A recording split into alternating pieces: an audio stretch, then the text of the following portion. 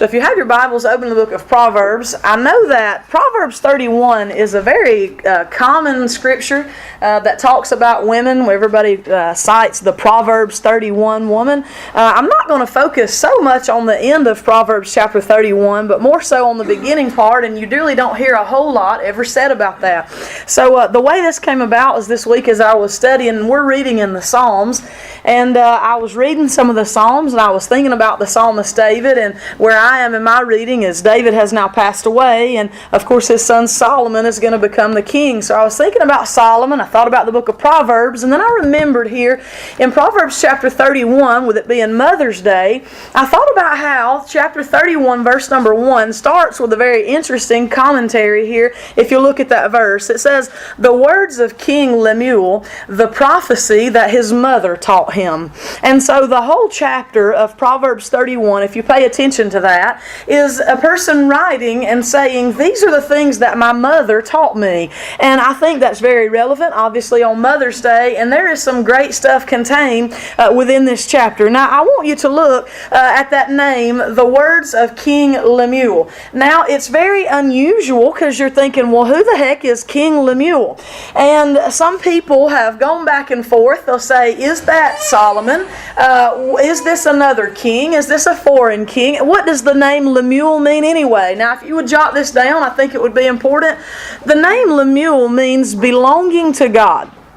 Lemuel means belonging to God. So technically, anybody could call me Lemuel. They could call you Lemuel. And what a lot of people believe is that Lemuel was a special name, almost like a nickname or a pet name that Solomon's mother had given him. And so she would refer to him as not King Solomon, but as her son, she would call him King Lemuel, my son, the king who belongs to God. So if you want to know my opinion, I think that's what this is. But it doesn't matter who it is, because here's what you discover. They had some good things to say. So whoever's mother this is taught some really good things. So it says the words of King Lemuel, this is the prophecy that his mother taught him. Now, his mother, whoever King Lemuel is, which I believe it's Solomon, and whoever it is, it doesn't matter, taught him three things that are of utmost importance. And I think that there is a great takeaway as you look at this teaching in Proverbs 31. Number one, you can say, well, if his mother taught him those things, those are three important biblical lessons. And one takeaway would be this: I want to make sure that I teach my children the same thing. And then another way you could look at it would be maybe your mother did not teach you these three things. Maybe these three things were not of importance in the instruction of your mother. Well, then learn it from Lemuel's mother. We could look at it that way. And I want to say one more thing before we get into this. I remembered what Ashley Guthrie said last week. Whether you have physical children of your own or not, you serve as a mother figure because you are a grown woman. I don't need to tell you that there are children who come to Awanas, who come to our youth program, that you encounter in the schools and every day that don't have godly mothers who were giving them instruction, and you therefore serve as that role. So now let's look at these three lessons that King Lemuel's mother taught him. Look at verse number 2. She begins to question. She says, what, my son? What, the son of my womb? What, the son of my vows? I believe what she's doing is preparing in a poetic kind of way. She says, what is it that I would teach you if I had just a moment here to teach you some very valuable and important things? What should I say to you, my son? And she thought, and she came up with these three things. The first thing she teaches him is in verse number 3. She said, give not thy strength unto women. If you wanted to label that and you wanted to make a note, you could say she taught him about immorality. The first thing that she instructed her son is give not your strength to women. Now look at what she says, nor thy ways to that which destroyeth kings. You know, it is a good lesson that we all need to learn. As she was speaking to her son, she would say, give not your strength to women. And as I'm standing this morning and I'm speaking to women, I would say, you need to be careful about your interactions with people of the opposite sex. I mean, would you agree that that is a very important lesson that more people need to be taught, and advice that we really need to heed to? We are living in a time, and I'm watching it unfold world almost daily where social media is wrecking marriages. People are being unfaithful. These things they call private messages aren't really private messages. You know that, right? And these programs that say you take the picture and it goes away, you know that it really never goes away, right? I mean, I'm just saying that, and you say, we're grown women, Jennifer. We're aware of this. I'm just reminding you again, and you need to remind your children that a very important lesson is this lesson of immorality. And she said, oh, my son, if I got one thing to say to you, you be careful in your interactions with other women. And I would say to women, be careful in your relationships with people of the opposite sex. I'll make the bold statement this morning and say that I hate to be so dogmatic and just say a blanket statement. I don't know of a time when it is good to say, yeah, there's this man, he's not my husband, but he's like my best friend. I'm telling you, I've heard people say that. Oh, he's my best friend. Wait a minute. I'm telling you that you need to look closely and carefully at any relationships that you have. Now, you're a couple, you're friends with another couple. Your friendship with a woman obviously ought to be stronger than your friendship with the woman's spouse. I'm just saying. And you think that this stuff is petty and it doesn't really make a difference. Are you not watching marriages fall apart right in front of your eyes? Does it not seem like everybody plays the unfaithful card? I think that King Lemuel's mother was right on when she said, the first thing I want to tell you is about immorality. Don't you give your strength to women. And I would say to you, we need to be careful. We need to teach our children to be careful. Hey, let me tell you something. There's kids in the middle school sending naked pictures to other people on Snapchat. You know why? Because they think that you take it and when the 10 seconds expires, it's gone. It is not gone. And our children, there's your Snapchat notification, I'm just kidding. Our children are already becoming exposed to avenues that if not properly trained in can lead to immorality in their future. The first lesson from King Lemuel's mother was be careful about how you interact with women, and we call that immorality. Look at the next thing that his mother taught him. In verse number 4, she said, my second point, it is not for kings, O Lemuel. It is not for kings to drink wine. Not in changing the text and changing the Word of God, but I would say to that, it is not for anyone to drink wine. I mean, I understand, especially not a person in a leadership position, but can I just tell you this, with my experience with alcohol, there is nothing ever good that comes from alcohol. Would you agree with that? You don't hear people saying, you know, oh, the best day of my life, the best choices I've ever made, the best thing I ever did, blah, blah, blah, blah, blah. Oh, yeah, and I was drinking. That's not usually the way the stories go. It's usually, oh my gosh, y'all, man, when I did this and oh, I made this mistake and I was here and then this happened and then I was here. And then the add-on at the end is, and I was drinking. And if you ask a police officer, you ask anybody in civil justice, what is the largest percentage of the calls behind the calls that you receive? When people are disorderly and when people are breaking the law, a huge percentage of the time, the cause is alcohol. And look at what she said. She said in verse number 5, and I'm sorry, my allergies are bothering me, and I'm sorry you got to deal with this hacking cough, but in verse number 5, she said this. She said, lest they drink and they forget the law and they pervert the judgment of any of the afflicted. Is that not the truth? Did she not nail it?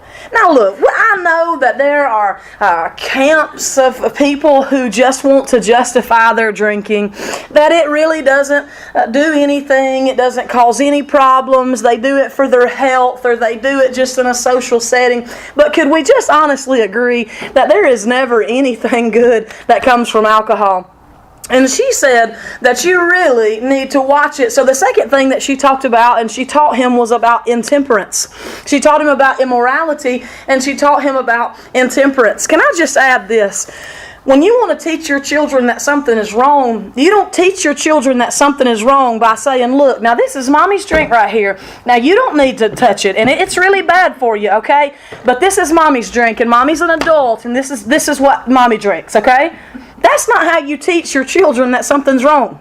You don't teach your children that alcohol will absolutely destroy you by saying, yeah, it's in the refrigerator, I know that, and we do drink it occasionally, but trust me, it's bad.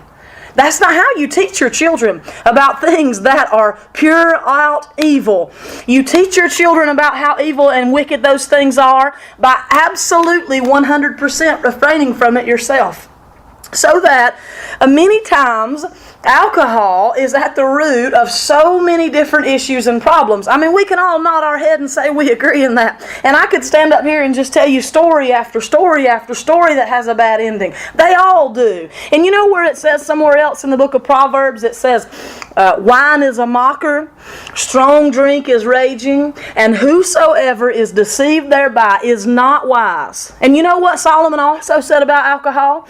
He said, in the last, it bites like a serpent, and it stings like an adder. Now you tell me how there can be anything good about getting bit by a serpent and stung by an adder. How do you turn that into a good thing? You don't, because it's not. And I would tell you this, if your parents didn't teach you that alcohol will absolutely destroy you, people will do great, terrible things and go to great ends to get money for more alcohol. If your parents didn't teach you that, then King Lemuel's mother would like to tell you that this morning, to refrain from it. If you are not teaching your children to refrain from alcohol, I would encourage you by the Word of God that you teach them to stay away from alcohol and be careful about intemperance. Look at the next thing that she says. She says, he's writing that his mother taught him. She said in verse 6, he said, give strong drink to him that's ready to perish. Give wine to those who are of heavy hearts, and let him drink and forget his poverty and remember his misery no more. She said, if there's somebody who's ready to die or something and you just want them to go out of there easy, well, now we got medicine for that, that does that same thing. That's what you do to people who are right at their end. Well, at this time, they said when they're right at their end and you don't want them to feel what's going on, then just give them a little alcohol. We do that with morphine a lot of times now, don't we? With people who are at their end. That's the right place for that. But it will cause much evil, and she warned him about intemperance. And look at the third thing that Lemuel's mother taught him. And in verse number 8, she said, open your mouth for the dumb in the cause of all such as are appointed to destruction. Open thy mouth, judge righteously, plead the cause of the poor and needy. The third thing that his mother taught him was about injustice. Injustice. So King Lemuel's mother taught 3 lessons about immorality, intemperance, and injustice. Now I want us to look at this topic of injustice. Now she said this to King Lemuel, who was obviously in a position of leadership and authority. She said, you need to plead the cause of the poor and the needy. I think that's good advice for anybody. I don't think that's just good advice for a king or someone in leadership. I think that is good advice for any Christian person. Have you realized this yet? I've learned this just of recent. You know the world's not set up to be good to poor people. You know that, right? We do not have great systems in place to help people who get down on their luck. Do you hear what I'm saying? Who really find themselves in poor circumstances. I mean, I'm telling you, I've been dealing for the past, I don't know how many months, for someone whose spouse passed away, who was their sole breadwinner, whose house burned, and she literally lives on no income, raising a child and living with somebody else. Where's help for that person? That's not somebody who's trying to milk the system and draw some checks. Do you hear what I'm saying? That's just somebody who's down on their luck. Their husband passed away. Their house burned down. They have no income. Now where do they go? We as Christian people need to do exactly what we were instructed to do here. Let's plead the cause for the poor and the needy. Look at verse number 8. She said, open your mouth for the dumb, for the ones who have no voice. If you haven't recognized that yet, let me just tell you, our world, our government It's not set up really to help the honest ones who've just found themselves a little down on their luck. It's not. And a lot of times people need an advocate. They need someone to be their voice for them. And I would charge you this morning that we be those people. Now I want you to look kind of in summary of this lesson here. She said, King Lemuel, which I believe is Solomon, she said, I want to teach you 3 important lessons. The first is about immorality. The second is what? Intemperance. I'm glad. And the third one was about injustice. She taught 3 lessons here. Now I want you to notice one more thing about this. If you, and I could care less, and I don't want to hear anybody argue differently because I really could care less, but if you believe that this truly is Solomon's mother, then you would remember, hang on, Solomon, his mother was Bathsheba.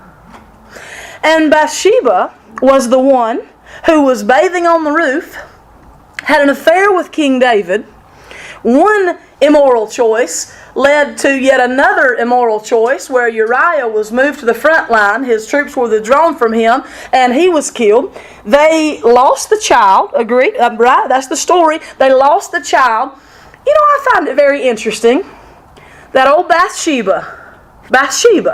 And normally when people hear their name, great thoughts don't come to their mind about her. Agree? I mean, they just think, oh, she's the woman that David saw bathing on the roof. Can I just speak up in her defense, though? She thought that the kings were away at war.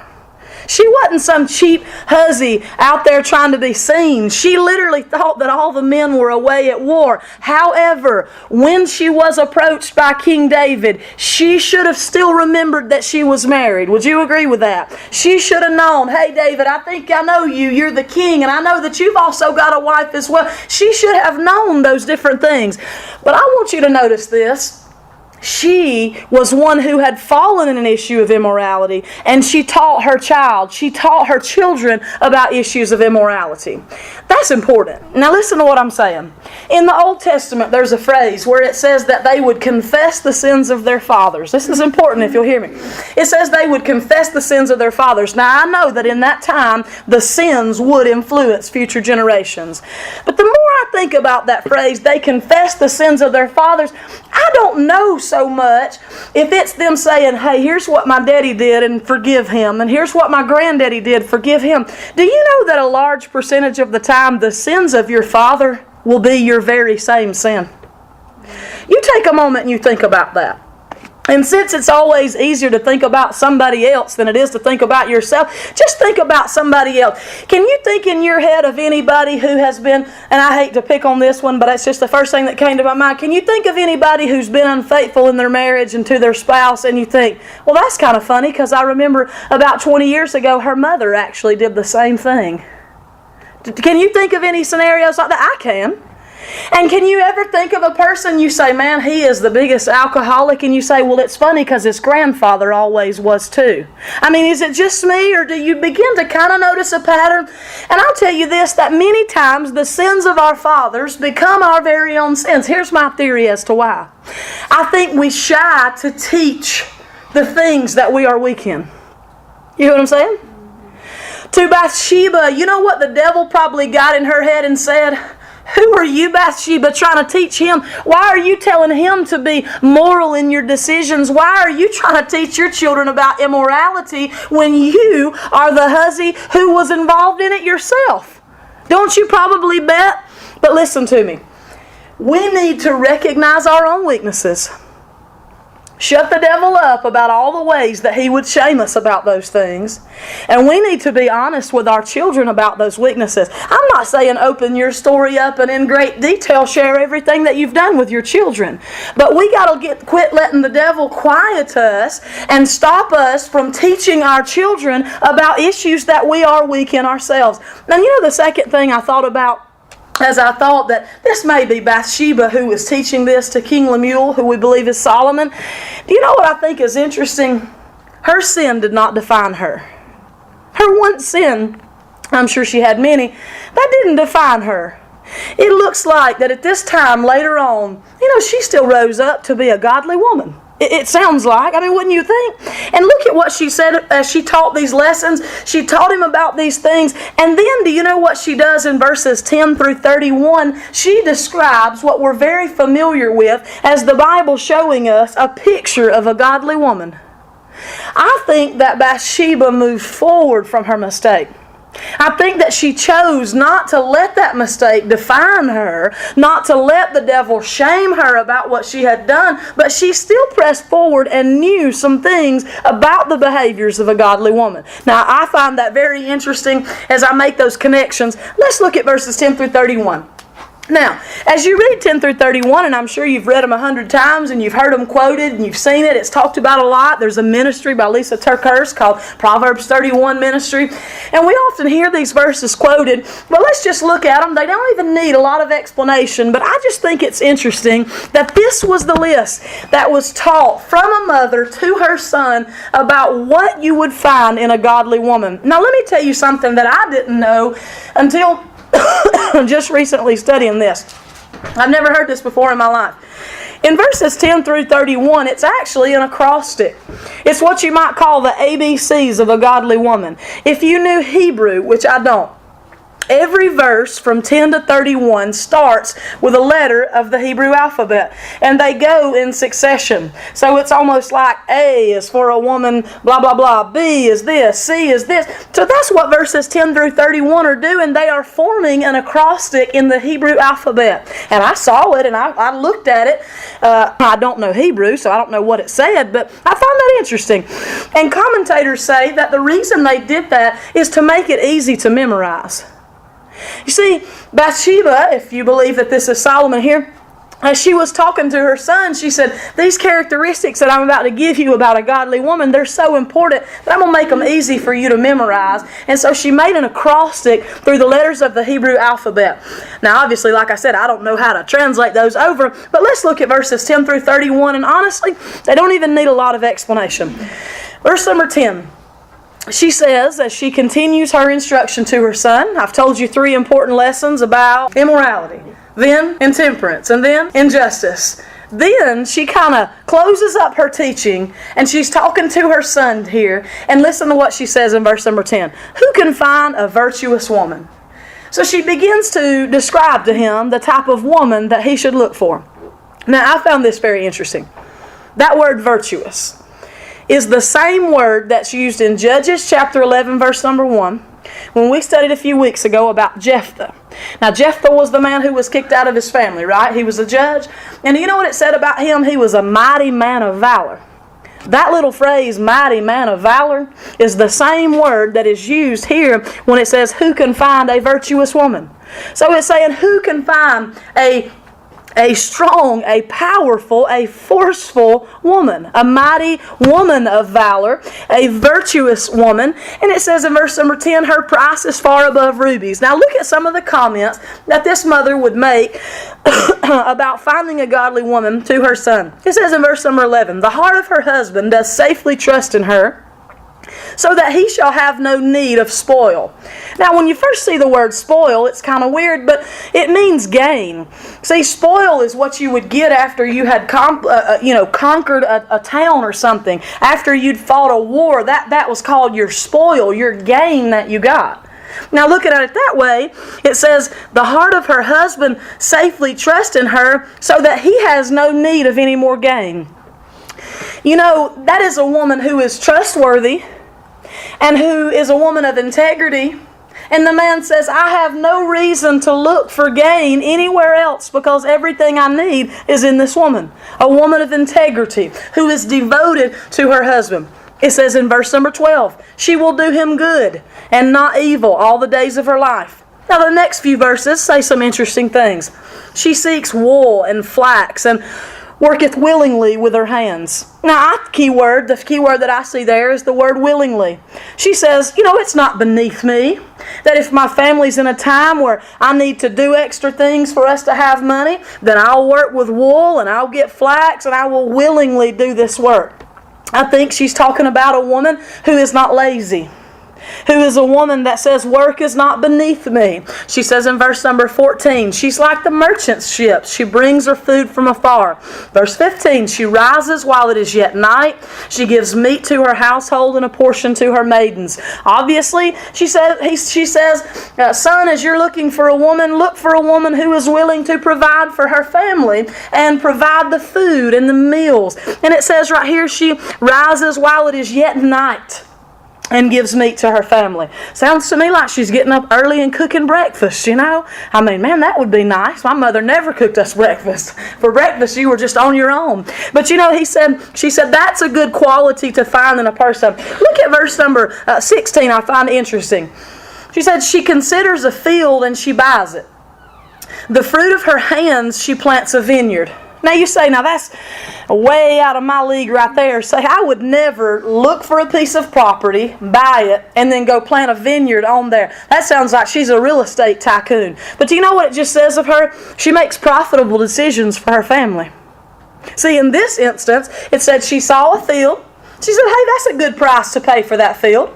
I think I'm going to buy that. And then it says, and with the fruit of her hands, she planted a vineyard on it. That doesn't mean you have to be a real estate tycoon and somebody who purchases land for your family, but it means you need to make profitable decisions with the money and the income that is brought into your family. Now, I don't want to say anything terrible that's going to offend anybody, but my gosh, if your husband's having to work 17 and a half jobs just so you can keep buying pocketbooks and pedicures and all those kind of things, I would almost say shame on you. I mean, golly. Why are we needing so much money to make this ship stay afloat? If we would learn to live within our means, God's faithful to provide everything that we need. But we sit here and we pour mouth on God like, man, my family's going under. We're just struggling so much. Well, you're living like a darn queen, and you're a teacher, and your husband works for Han. I mean, you know what I'm saying? And I think that God would probably say, well, Lord, if you just live in the level that you're existing in, I promise you'd have enough. And so when we read verse number 16, it says, she considers a field, she buys it with the fruit of her hands, she buys it, and with the fruit of her hands, she plants a vineyard. That just means that's a woman who makes profitable decisions for her family. She does wise things with the money that's coming in. She's not going to get them in a mess by her overspending. That's tough for some women to take. Verse number 17. She girds her loins with strength, and she strengtheneth her arms. This means she goes to the gym and works her arms. I'm just kidding. It means she's not lazy. It means she's not lazy. She's covered with strength. And I don't know about you, but I've met a couple people in my life that, you know, when they were 5 years old and they got thrown a princess party, like they took that to heart, really. Like they're holding on to that little tiara, you know, from that party, and they lay around like princesses, like they just don't need to lift a finger or do anything. And I don't necessarily think that is an example of a godly woman. I mean, that doesn't sound like somebody who girds her loins with strength and strengthens her arms. If you don't ever lift a darn finger, you sit around like a maid, princess in the pea, can't lay on the mattresses with a pebble in between them, then Lord of mercy, you're not the kind of Proverbs 31 woman who strengthens her arms, you know? Verse number 18. She perceiveth that her merchandise is good. She perceives that her merchandise is good. Now, in this passage of Scripture, she literally says this is a woman who makes things, who can go to the market and she can sell them. You say, well, I'm not a crafter. I'm not selling on Etsy. But you know what it says? She's a woman of integrity who takes pride in what she does. See, this woman said she perceives that her merchandise is good. She knows that what she has made, that she will take to sell, it'll be right and it'll be done correctly. Well, are you taking that same effort in your job? Do you know that your job is done well? Everything that you have done to the best of your ability and is done it with integrity? Or are you one of those kind of people that's selling to half a pound of sugar for 3/4 of a pound and trying to hook and crook and con everybody, you know, passing off lemons and stuff like that? That's not somebody who perceives that their merchandise is good. I think there's a lot to take away from this description of a woman. Look at verse 19. It says she lays her hand to the spindle, her hands to the distaff. Now that's a part of an instrument that was used to spin thread. And obviously, we got any thread spinners in here? No, but I think the picture is that you do what it takes to make your family successful. I think that that's important. That you say, hey, if I need to help you in this way, if I need to pitch in this way, I'll do what it takes that our family is successful. Verse number 20. She stretched out her hand to the poor. She reaches forth her hands to the needy. You know, a mark of a good woman is that she's a compassionate person. That she's not always so consumed with herself. That she doesn't think that the whole world revolves around her, right? And it says she can stretch out her hands to the poor and that she reaches her hands to the needy. A compassionate woman. Now, if you just came in on this, what we see in Proverbs chapter 31 is it says in verse number 1, these are the words of King Lemuel, that the prophecy that his mother taught him. So this could be Solomon, whose mother would be Bathsheba, who's teaching him lessons. And these last, from verse 10 to 31, 21 verses, she said, and when you look for a woman, this is what you look for in a good woman. And I think she nailed every point. Verse number 21, it said she's not afraid of the snow for her house because she's already got the sleds ready. She's not afraid of the snow for her house, for all her household are clothed with scarlet. Now, a commentator, I thought this was interesting, said scarlet would be very easy to find if it was snowing, so she wouldn't lose her children. But this is a time and a place where they're not really expecting a lot of snowfall. I think this is a comment that she's made sure that her children are provided for. She said, it's okay if it snows because I've made sure that my children have clothes that they need. You know, I have seen people who were so selfish that they had their self all perfectly manicured and pedicured and put together, and then their children looked kind of homely-like, you know. But this is a woman who said, I have things taken care of for my children. She said, I will dress them in scarlet. In verse number 22, she said she makes herself coverings and tapestry. Her clothing is silk and purple. And her husband is known in the gates when he sits among the elders of the land. I feel that it is a responsibility of a woman to make sure that your husband is taken care of. Well, you don't want your husband to go out, holes in the bottom of his shoes. Well, my wife, she had to have another pocketbook, you know. I mean, I just don't have any money to replace this pair of shoes because, you know, and y'all are just sitting there like that's so unheard of. Y'all are crazy. I mean, there's men who look rough. I mean, they just do. Because they're putting all their dimes. I mean, they're putting every bit of what they have to keep up with some high-maintenance, highfalutin woman. And this verse right here says, her husband is known in the gates when he sits among the elders. People say, hey, there's a man whose wife takes care of him. He's not so skinny. His ribs aren't showing. She's cooking for him. He's got clothes to wear because his wife's, you know, helping budget these finances. You know what I mean? Well, Eric is kind of skinny. But you feed him. Right. That's why I'm over here laughing. Right. And she said her husband would be known when he sits among the elders. Verse 24, she makes fine linen. She sells it. She delivers girdles unto the merchant.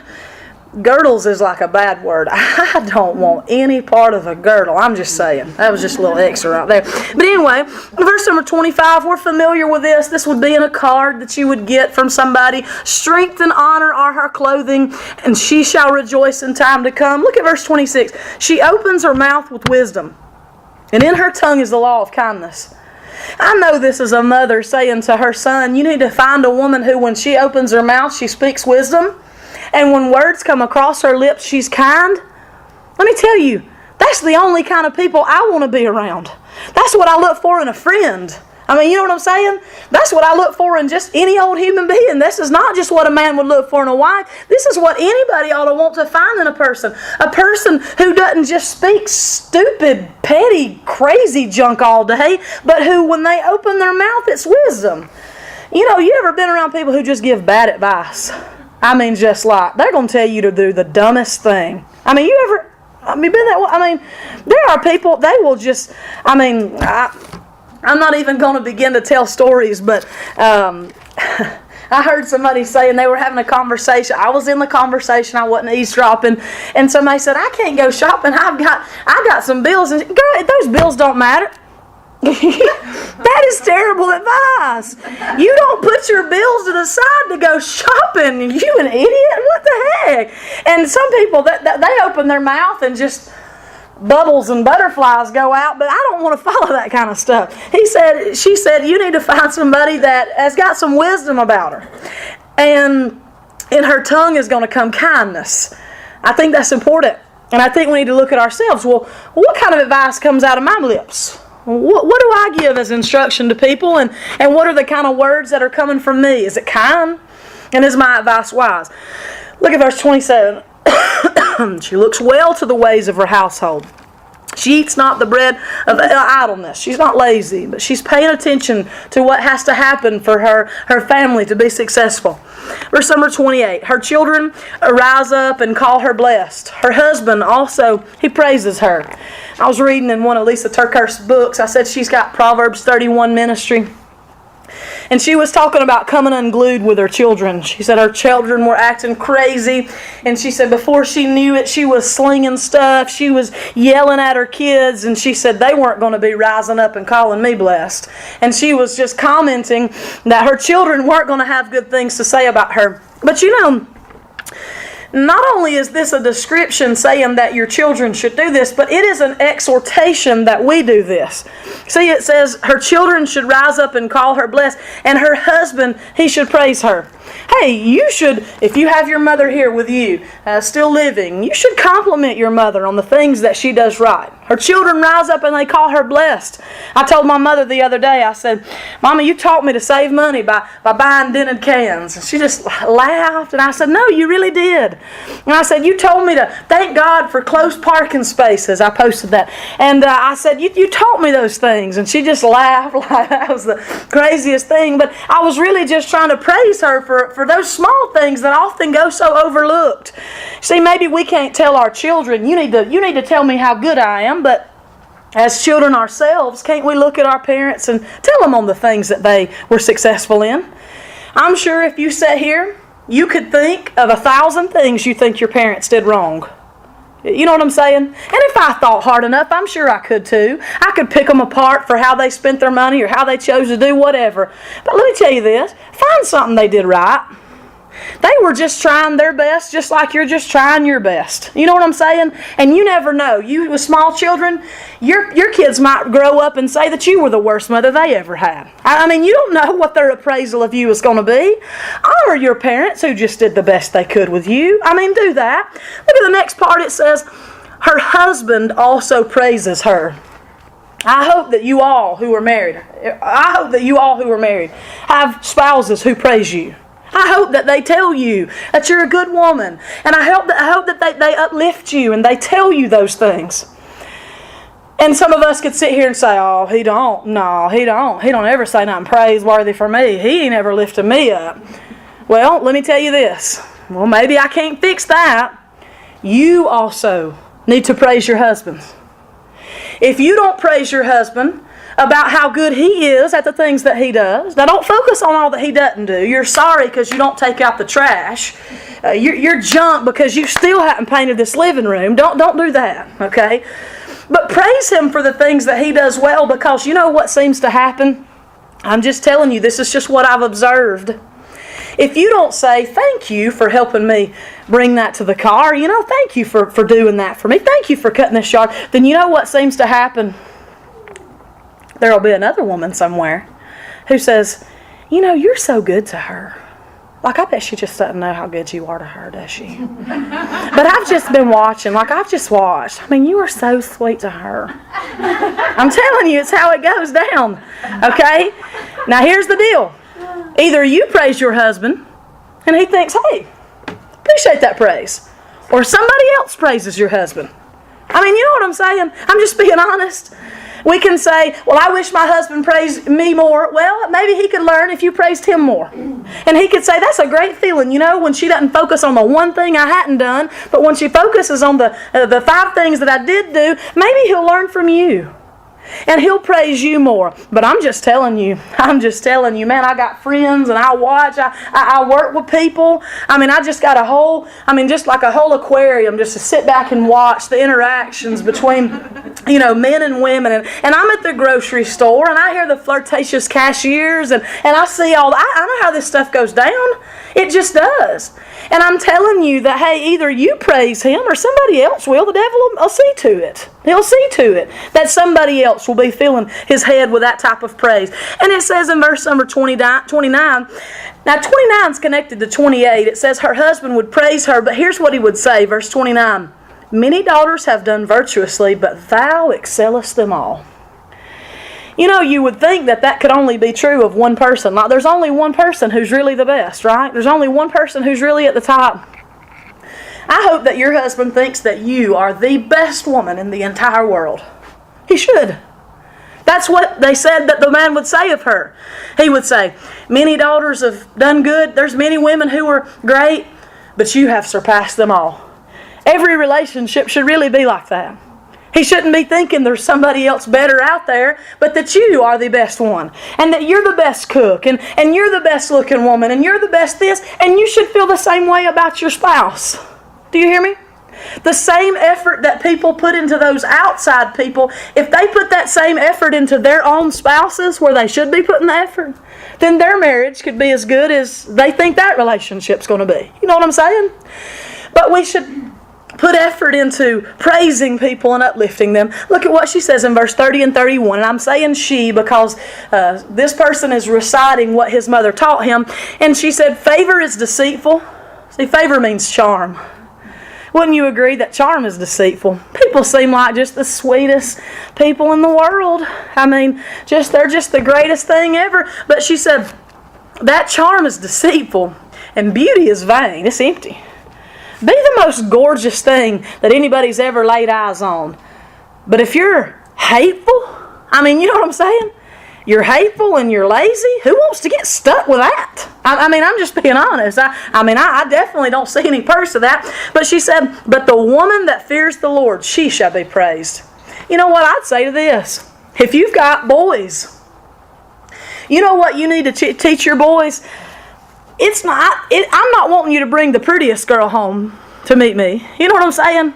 I want you to find one who's got a love for the Lord. That's what you need to be looking for. So I'm just saying. And I hope that your spouse is not telling your children, yeah, you just find the best looking girl. Isn't that the mentality that some of our young boys have? I just want the prettiest trophy out there so I can strut around and be prideful in it. Oh, you probably wish you hadn't have gotten that. You know what I'm saying? There's so much more important things out there than just beauty. But is that not the world that we live in, where the first concern is what she looked like? My dad said that he and my mom were separated for a time in college, and he said it was his goal to date as many women as he could to make my mama jealous. And so he just started dating people. And he said he never forgot this one lady, and he would call her name. This is from 50 years ago. He said, I told my roommate, I think I'm going to ask, who knows, whatever the name is, out. And he said, Jim, he said, you can't date her. And Daddy said, he called her name again. He said, yes. He said, she's got big ankles. I don't know why I remember that. But he said, he just kind of looked at him like, well, that don't matter, man. That's not my goal here. My goal is to win Mary anyway, and I'm just trying to have women to parade past her with. But anyway, I just thought that was so funny. He said, Jim, you can't date her. She's got big ankles. Man, if you got big ankles, but you love the Lord, you know what I'm saying? You love the Lord, and you've got a character. Man, character goes so much deeper than just beauty.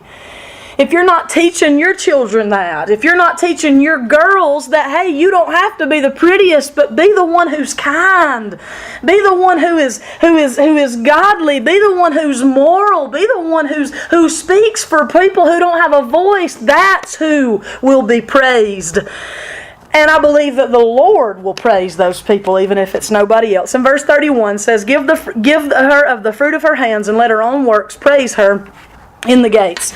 So, Proverbs 31, common, everybody's heard that 10 through 31, but remember what it is. See it in its context. A woman taught these things to her children. If your mama didn't teach you these lessons, then learn them from King Lemuel's mother. And if you don't know what you should focus to teach your children, well, start here. intemperance, immorality, injustice, and the marks of a godly woman. So for whatever that's worth, I hope you got something from that.